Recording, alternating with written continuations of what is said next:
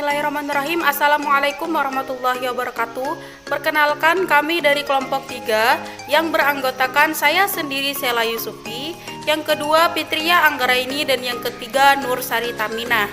Di sini kami akan memaparkan materi kami yang berjudul Macam-macam pendekatan pengembangan nilai-nilai keagamaan untuk memenuhi salah satu tugas mata kuliah pengembangan nilai agama dan moral anak usia dini dengan dosen pengampu Sunanik MPD.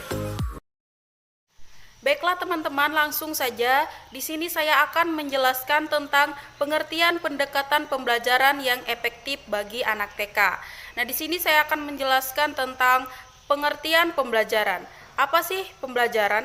Pembelajaran adalah suatu usaha untuk membuat siswa belajar, sehingga situasi tersebut merupakan peristiwa belajar, yaitu usaha untuk terjadinya perubahan tingkah laku dari siswa. Perubahan tingkah laku dapat terjadi karena adanya interaksi antara siswa dengan lingkungannya. Selanjutnya, pembelajaran yang efektif bagi anak TK. Menurut Miarso, pembelajaran efektif adalah pembelajaran yang menghasilkan belajar yang bermanfaat dengan tujuan bagi peserta didik melalui pemakaian prosedur yang tepat. Penciptaan pembelajaran efektif melibatkan pengorganisasian kegiatan di ruang kelas, pengajaran dan ruang kelas fisik untuk memungkinkan penggunaan waktu yang efektif, menciptakan lingkungan pembelajaran yang bahagia dan produktif, dan meminimalisir gangguan-gangguan yang ada. Selanjutnya, pembelajaran melalui media nyata. Media nyata atau realia merupakan benda nyata yang digunakan sebagai media pembelajaran di dalam kelas. Media nyata adalah benda-benda nyata yang digunakan di dalam kelas untuk mengajar dan belajar. Penggunaan media realia dimaksudkan supaya anak-anak mendapatkan pengalaman langsung terhadap tema atau materi yang diberikan. Nah, dengan begitu pembelajaran akan lebih menarik dan bermakna bagi anak serta akan lebih memahami pembelajaran. Media nyata atau media realia harus bernada nyata yang dapat diraba, dilihat, dan dirasakan oleh anak. Terdapat 3 macam media realia, yaitu pertama, benda nyata yang tidak dimodifikasi. Benda nyata yang tidak dimodifikasi adalah benda nyata yang sebagaimana adanya tanpa adanya perubahan kecuali dipindahkan dari tempat aslinya. Benda-benda ini sebenarnya mempunyai ciri, yaitu benda yang dapat digunakan dan dalam ukuran yang normal serta dapat dikenal dengan nama sebenarnya seperti macam-macam daun. Yang kedua, benda nyata yang telah dimodifikasi. Kategori modified things termasuk mock-up atau tiruan, miniatur, dan cutaway atau potong-potongan. Yang ketiga, spesimen atau sampel. Spesimen seringkali diartikan sebagai sampel dari suatu benda dalam grup atau kategori yang sama. Sebuah spesimen kadang-kadang tidak dimodifikasi dan biasanya bagian dari lingkungan. Spesimen yang digunakan dalam proses pengajaran biasanya dalam kemasan botol, box, dan lain-lain. Langkah-langkah penggunaan media realia. Yang pertama, menyediakan benda-benda nyata yang berhubungan dengan bahan ajar atau materi ajar agar dapat dimanfaatkan di kelas dengan efisien.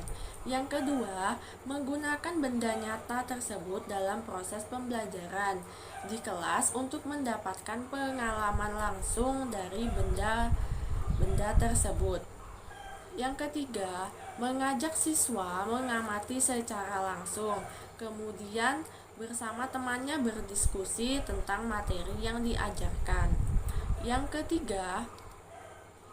keempat, setelah mengamati dan berdiskusi serta bimbingan dari guru, siswa dapat menyimpulkan materi yang telah diajarkan. Kelebihan dan kekurangan media realia. Yang pertama, kelebihan dapat memberikan kesempatan semaksimal mungkin pada siswa untuk mempelajari sesuatu ataupun melaksanakan tugas-tugas dalam situasi nyata. Kemudian, memberikan kesempatan kepada siswa untuk mengalami sendiri situasi yang sesungguhnya dan melatih keterampilan mereka dengan menggunakan sebanyak mungkin alat indera. Yang kedua, kekurangan, yaitu membawa murid-murid ke berbagai tempat di luar sekolah kadang-kadang mengandung resiko dalam bentuk kecelakaan dan sejenisnya. Dan biaya yang diperlukan untuk mengadakan berbagai objek nyata kadang-kadang tidak sedikit, apalagi ditambah dengan kemungkinan kerusakan dalam menggunakannya. Langkah-langkah kegiatan dalam menerapkan suatu pendekatan. Pertama, pelajaran dengan pendekatan saintifik diantaranya untuk 1. Meningkatkan kemampuan intelektual, khususnya kemampuan berpikir tingkat tinggi siswa. Yang kedua, membentuk kemampuan siswa dalam menyelesaikan suatu masalah secara sistematik. Yang ketiga, memperoleh hasil belajar yang tinggi. Dan yang keempat, melatih siswa dalam mengomunikasikan ide-ide sesuai dengan tujuan tersebut. Pembelajaran dengan pendekatan saintifik antara lain didasarkan pada prinsip pembelajaran sebagai berikut. 1. Membentuk konsep diri peserta didik berdasarkan pemahamannya sendiri. Yang kedua, mendorong peningkatan kecakapan berpikir. Yang ketiga, meningkatkan motivasi belajar, melatih kemampuan dalam komunikasi. Dan yang keempat, melibatkan proses kognitif yang potensial dalam merangsang keterampilan berpikir tingkat tinggi. Penerapan pendekatan saintifik dalam pembelajaran di PAUD. Pembelajaran dengan pendekatan saintifik adalah proses pembelajaran yang dirancang sedemikian rupa agar peserta didik secara aktif. Pendekatan saintifik dimaksudkan untuk memberikan pemahaman kepada peserta didik dalam mengenal serta memahami berbagai materi untuk membangun minat anak mengetahui lebih banyak tentang sesuatu yang diamatinya. Adapun proses saintifik tersebut adalah yang pertama mengamati, kedua menanya, ketiga mengumpulkan informasi, dan yang keempat menalar. Beberapa pendekatan pembelajaran untuk mengembangkan nilai-nilai keagamaan di TK.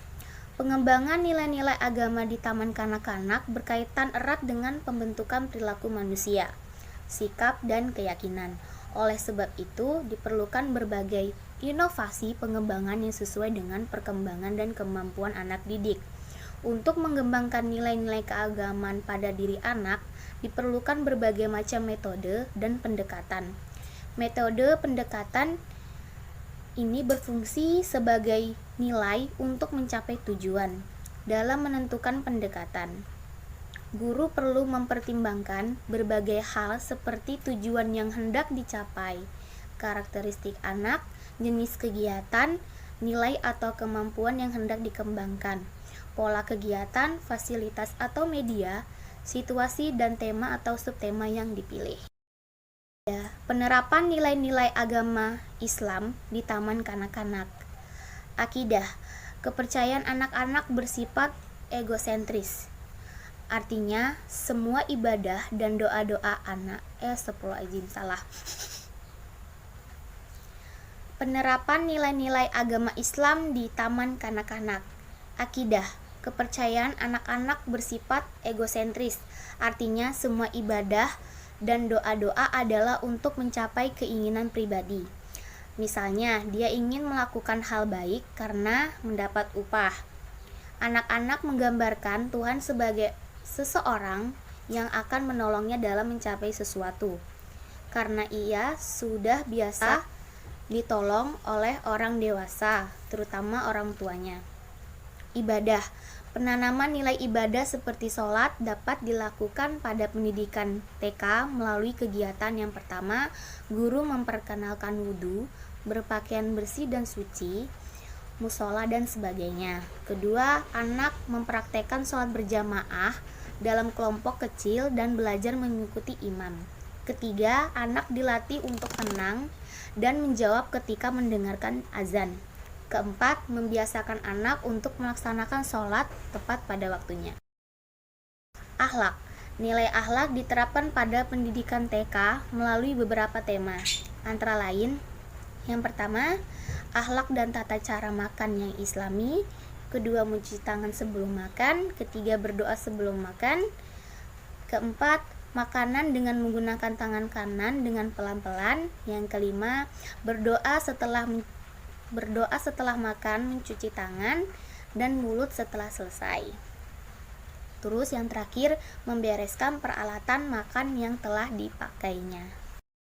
Baiklah teman-teman, itulah tadi hasil pemaparan materi dari kami. Semoga apa yang kami sampaikan ini bermanfaat untuk kalian dan bisa dipahami. Wassalamualaikum warahmatullahi wabarakatuh.